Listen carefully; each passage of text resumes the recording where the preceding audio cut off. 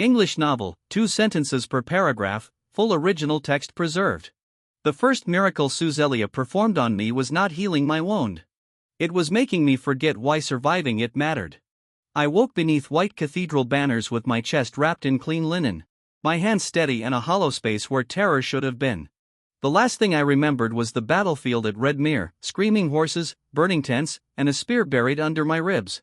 Aurelia sat beside my bed with her fingers around my wrist as if she had been counting my pulse for hours. Her smile was gentle, holy, and so calm that I immediately trusted it. That was my first mistake. You were dying, she said. So, I took the pain away. I thanked her because only an ungrateful fool questions a saint after she drags him back from death. My name was Kalen Ward. I was a battlefield medic.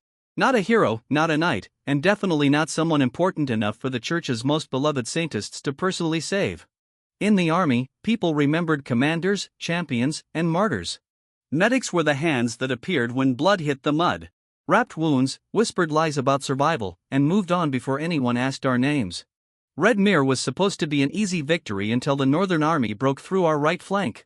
I spent 6 hours dragging soldiers behind shattered wagons, stitching skin with shaking fingers, and pretending I did not hear men calling for mothers who would never arrive. My closest friend, Rowan, found me after the line collapsed. He was a captain with more courage than sense and had spent the entire campaign telling everyone I was the reason half his unit still breathed.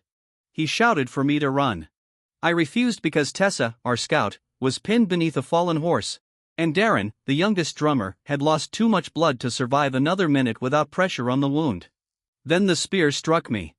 I remember hitting the ground, tasting iron, and seeing someone in white walking through the smoke while arrows curved away from her like even death felt embarrassed to touch her. That was Aurelia, the saintess of hollow mercy, the woman who could heal any injury by removing the memory attached to the pain. The church called it compassion.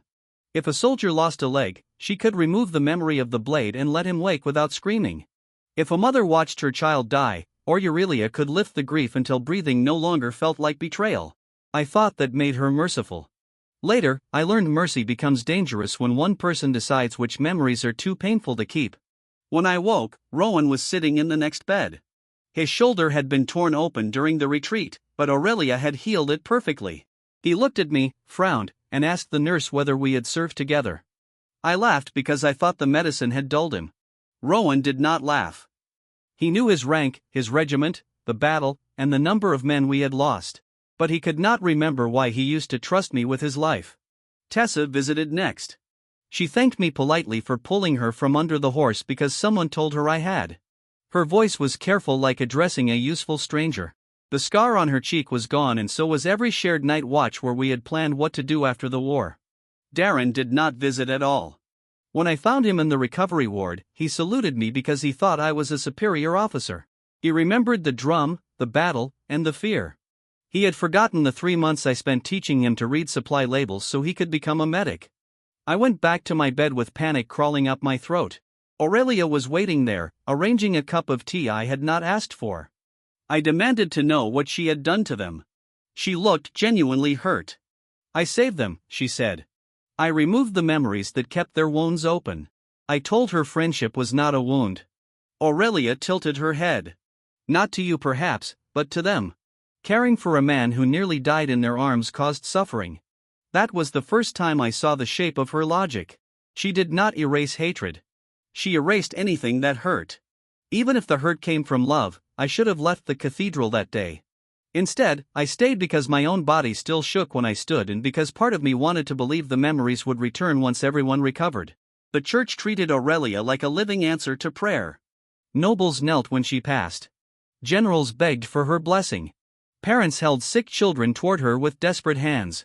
She touched them, smiled, and took away whatever pain made them human.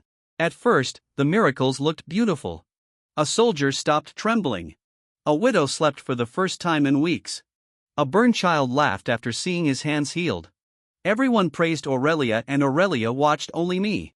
Every morning she visited my room before the priests began chanting. She knew how bitter I preferred medicine. How I slept on my left side. How often I reached for a satchel I no longer carried. When I asked how she knew these things, she said medics reveal themselves through habits. That explanation sounded clever enough to be true. On the fourth day, I received a letter from a village called Brindle Hollow. The name stirred something deep in me, then vanished before I could catch it. The letter was from a woman named Iris Vale. She wrote that spring planting had begun, that my mother's old house still needed repairs, and that she was counting the days until I came home. At the bottom, she had drawn a tiny blue flower beside the words, "You promised me after the war." I stared at that line for 10 minutes, waiting for memory to answer. Nothing came. Aurelia entered while I was still holding the letter. Her smile softened.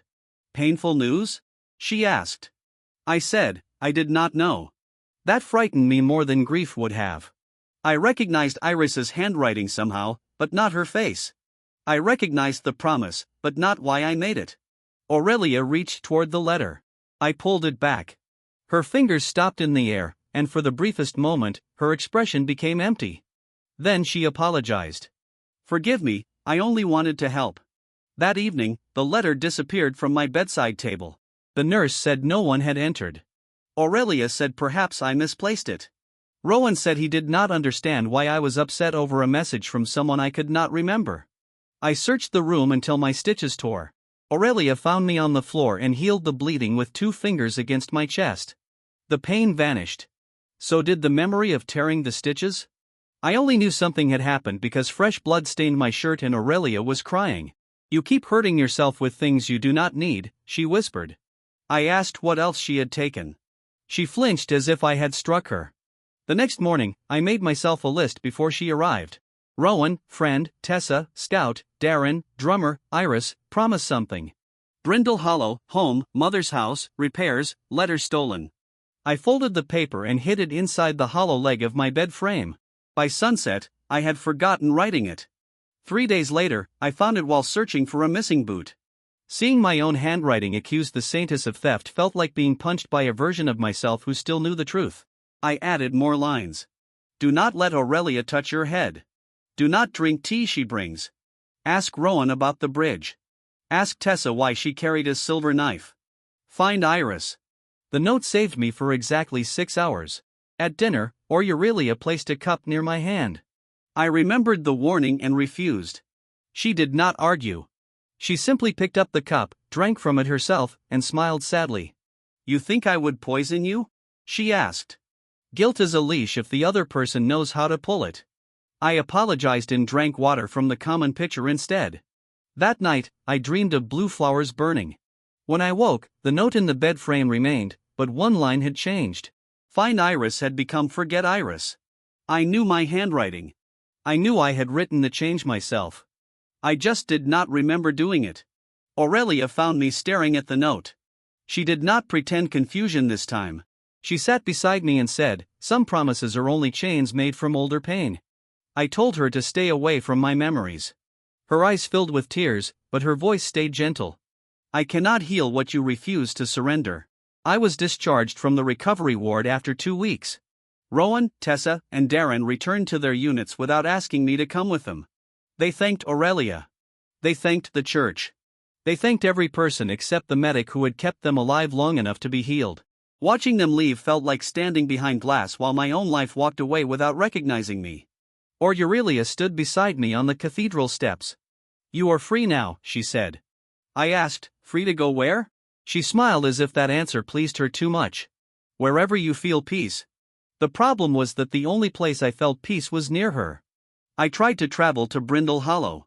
Anyway, the road south left the cathedral city through a market gate. I bought bread, filled my canteen, and walked until the bells faded behind me. By noon, my head began to ache. By evening, I forgot why I was traveling. By nightfall, I had turned around without noticing. Aurelia was waiting at the gate when I returned. She wore no surprise, only relief. "The world is still too sharp for you," she said. "Stay until the edges soften." I stayed because I was afraid of forgetting myself halfway down another road. The church assigned me to the infirmary as Aurelia's assistant. Officially, I prepared bandages, organized herbs, and helped soldiers through recovery. Unofficially, I watched her miracles, and counted what disappeared afterward. A boy with a crushed hand forgot the brother who pushed him out of the wagon wheel. A noble woman healed from poison forgot the maid who had warned her. A soldier cured of nightmares forgot the commander who died saving him. Each miracle removed not only pain, but the person attached to it. Aurelia never took all memory of someone at once. She trimmed carefully, a face here, promise there, a reason to write, a reason to return. I confronted her in the chapel after midnight. She was kneeling before the altar, surrounded by candles that burned without melting. I said her miracles were amputations. She looked at me over her shoulder. A wound is not sacred because it hurts. I said people had the right to keep pain if it belonged to love. Aurelia stood and walked toward me slowly. And if love keeps cutting them open, I had no answer quick enough. That was the danger of her. She never sounded monstrous. She sounded like someone who had watched too many people break and decided memory was the enemy. Aurelia touched the scar beneath my ribs. It had faded to a pale line. You screamed a name when I found you, she said. My breath caught, she continued. You begged me to tell Iris you were sorry. The chapel tilted around me. I saw a flash of a woman laughing beneath a blue-flowered tree. Then the image vanished so violently I staggered. Aurelia caught me. Her arms tightened before I could pull away. See, she whispered. Even a glimpse hurts you. I shoved her back. She let me go, but every candle in the chapel went out at once. The next day, I found Rowan in the training yard. I asked about the bridge from my note. He frowned, then slowly touched the scar on his shoulder. He said there had been a bridge during the winter campaign. Someone held the crossing alone while the wounded escaped. He thought it was a captain. Then he looked at me and whispered, "Was it you?" The memory began returning between us like a shy animal. Then a bell rang from the cathedral tower. Rowan's eyes emptied. He smiled politely and asked whether I needed help finding the infirmary. I nearly hit him, not because I was angry at him, but because grief with nowhere to go becomes violence if you do not hold it carefully.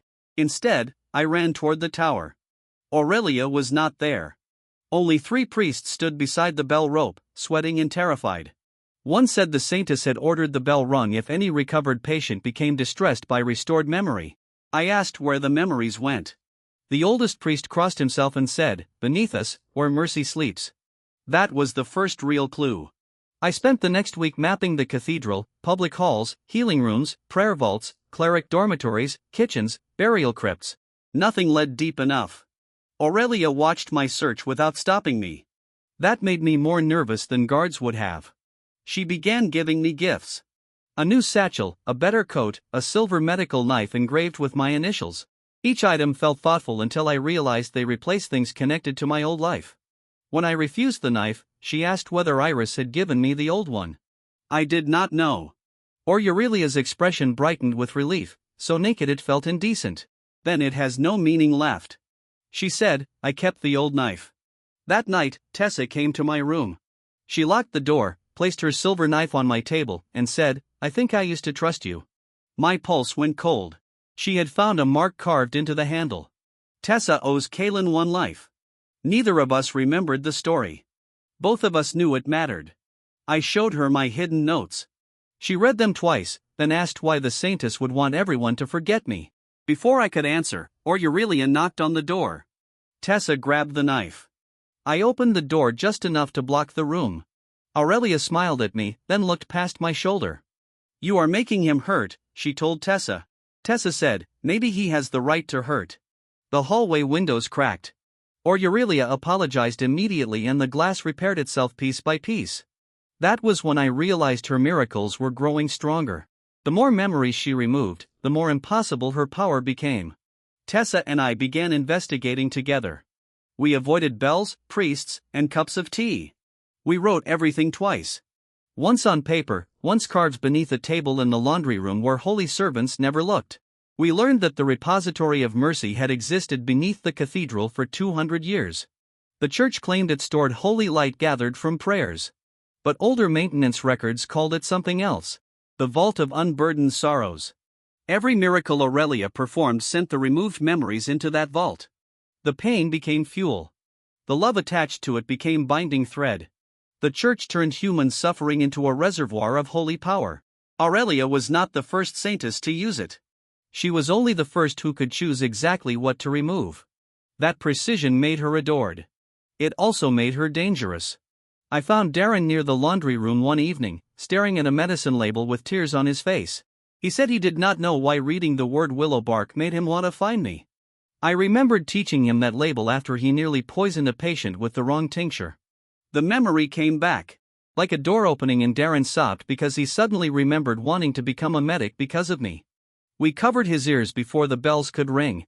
The bells rang anyway. This time Tessa cut the rope in the tower before the sound completed. Half the city heard only a broken note. Darren kept the memory but collapsed from pain as every forgotten lesson returned at once. Aurelia arrived while I held him steady. She looked at Darren, then at the cut bell rope, then at me. Her eyes were no longer sad. They were afraid. "You are bringing it all back," she said. I answered, "It was never yours to take." She raised one hand. Every healed scar in the ward lit white. Soldiers screamed as buried memories pressed against sealed doors inside their minds. Then she lowered her hand and the pain stopped. It was not an attack. It was a warning. If the repository shattered wrong, every stolen memory might return at once and break the people she had healed. That night, Aurelia came to my room without guards. She carried my stolen letter from Iris. I hated myself for reaching for it too quickly. She held it out, then pulled it back before my fingers touched the paper. "If I return this," she said, "you will leave." I told her, "Maybe." Her face crumpled like maybe was crueler than hatred. She said she had healed kings, children, prisoners, and soldiers, but no one ever stayed after the pain was gone. They thanked the saints, walked into brighter lives, and forgot the hands that held them through the dark. Then she found me dying at Red Mere, screaming another woman's name. She saved my body first. Then she touched the memory and felt every promise tying me to a life away from her. "I only took what was pulling you back into death," she whispered. I said Iris was not death. Aurelia's eyes hardened. "You were bleeding into mud for her." That was the hidden truth beneath the saints. She did not want to kill rivals. She wanted to remove the pieces of me that could choose them. I asked whether she loved me or simply loved being needed. She looked genuinely lost, which was almost worse. "Is there a difference?" she asked. "If I can save you better than anyone else." I took one step back. She noticed and clutched the letter to her chest. The walls of the room glowed with faint prayers. Not hers, the repository's. It was feeding on the moment. Pain between us became power beneath the cathedral. I realized the system did not merely store memories. It encouraged removal. Every grief taken made the saint stronger. Every person healed became another argument for taking more. The church had not created a healer. It had created a beautiful addiction and called it mercy. I told Aurelia I would destroy the repository. She said I would destroy her. I said maybe the Saintess needed to die so Aurelia could live. She slapped me. The strike did not hurt. Her power removed the pain before it landed. That made it more horrifying. Aurelia stared at her own hand as if it belonged to someone else. She dropped the letter and fled. I read it until my eyes burned. Iris was not my fiancée. She was my younger sister. I had promised to return after the war because our mother had died. Our house was failing and Iris was too young to manage the farm alone. Aurelia had not erased a romantic rival. She had erased my family. That should have made my anger simple. It did not. The letter also described how Iris begged me not to enlist. How we fought before I left. How my last words to her were cruel because I thought returning alive would be enough apology. Aurelia had taken the guilt with the love. Without it, I had slept peacefully. That was the worst part. Her theft had worked. I gathered Rowan, Tessa, and Darren in the old laundry room. Rowan still remembered only pieces, but enough had returned to make him furious on my behalf. Tessa wanted to burn the cathedral. Darren wanted every memory back, even if it hurt. We needed access to the repository. The priests guarded the lower crypt during public miracles because that was when the vault opened to receive new offerings. The next miracle gathering drew half the city. Aurelia stood before hundreds of wounded soldiers, refugees, grieving parents, and nobles desperate to remove inconvenient sorrow. She looked flawless until she saw me in the crowd. For one moment, the Saintess vanished, and a frightened woman looked back. Then the Archbishop announced the great unburdening, a mass healing meant to restore hope after the war. Tessa whispered that mass healing meant mass theft. We moved as the choir began. Rowan blocked the Western Guard Hall by staging a seizure when his bridge memories surged. Darren slipped into the bell tower with wax packed in his ears. Tessa and I entered the crypt through the laundry chute. The lower cathedral smelled like old rain and extinguished candles. The walls were carved with thousands of names, but some had been scratched away so deeply they became wounds in the stone. At the end of the crypt stood a silver door with no handle. My old pain opened it. The moment I touched the door, every memory Aurelia had taken from me pressed against my skull. Iris teaching me to braid rope. Rowan dragging me from a river. Tessa laughing after stealing my boots. Darren falling asleep over medicine labels. I nearly collapsed.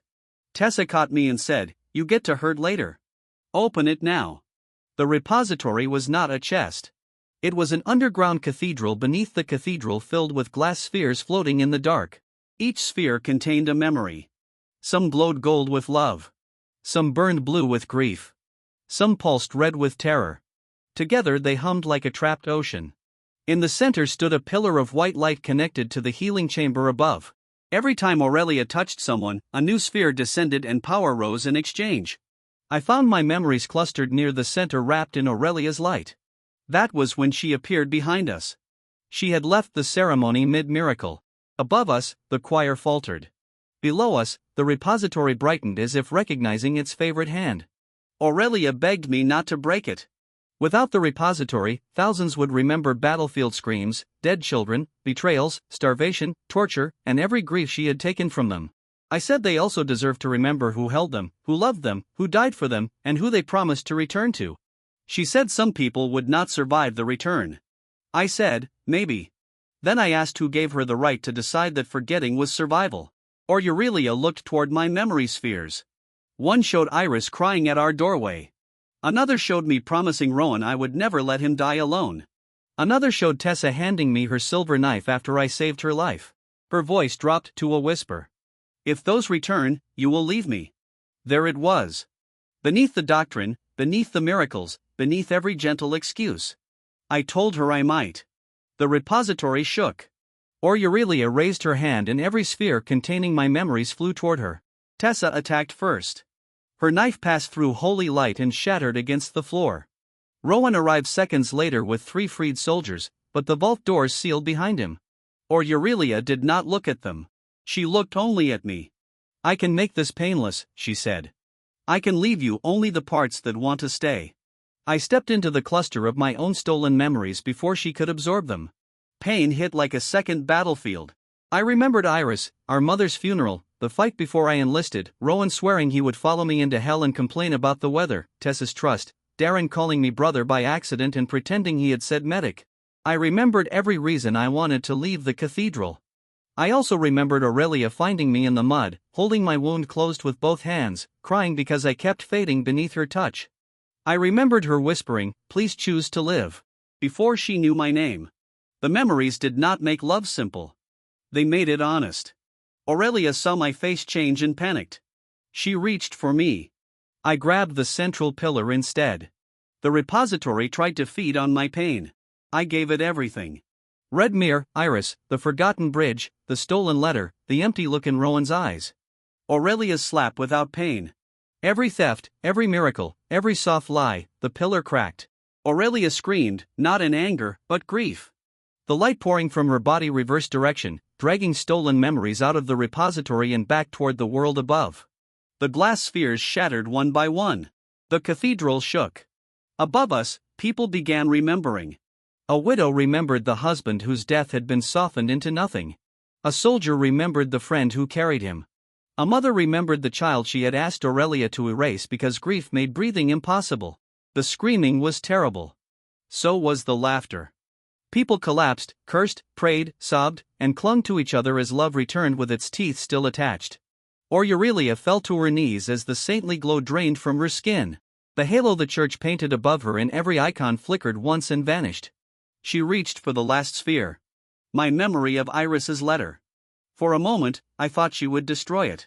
Instead, she pressed it into my chest. I remembered Iris fully. I remembered promising to come home and I remembered failing. The pain nearly broke me. Then Rowan grabbed my shoulder. Tessa gripped my arm and Darren held my other hand. They remembered too. Aurelia watched us from the floor, stripped of light, power, and certainty. The repository collapsed into dust. The cathedral above erupted into chaos. The archbishop accused Aurelia of corruption. The priests denied knowing the truth. Soldiers demanded memories back by name, as if grief could be organized into a queue. Aurelia did not defend herself. She only looked at me and said, "Now you remember how to leave." I did. That should have been the end of her. The church stripped her title before sunset. No trial, no mercy, no gratitude for the years she had carried their miracles. They called her a fallen saint and locked her in the same recovery room where I had first awakened. I went to see her at dawn. She sat beside the window without chains because the church no longer believed she was powerful enough to require them. Her hands were bare. Her eyes looked younger without worship reflecting in them. She asked whether Iris hated me. I said I did not know yet. I had already sent a letter home. This time in my own hand with every apology I remembered owing. Aurelia nodded. "You should go to her." I said I would. Her fingers tightened in her lap, but she did not ask me to stay. That restraint did more to frighten me than any locked door because I could see how much it cost her. She asked whether I hated her.